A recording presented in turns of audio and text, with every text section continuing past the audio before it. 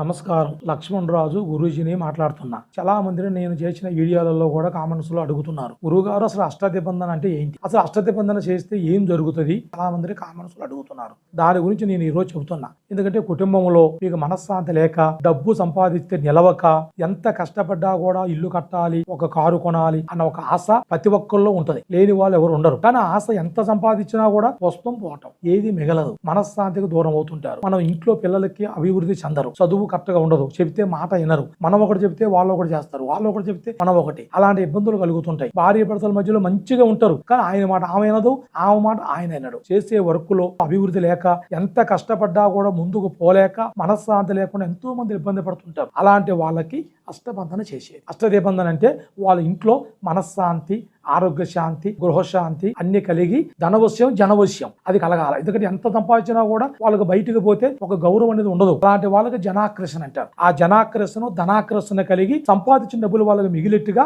ఆ కుటుంబం అంతా అభివృద్ధిగా ఉండేట్టుగా అష్టబంధన. ఆ అష్టబంధన చేస్తే వాళ్ళ ఇంట్లో కొన్ని గ్రహాలు తొలగి, ఆ సమస్య నుంచి తొలగిపోయి వాళ్ళు చాలా అభివృద్ధి చెందుతారు. అలాంటి సమస్య ఏదైనా ఉంటే అభివృద్ధి చెందేట్టుగా నేను చేసేస్తా.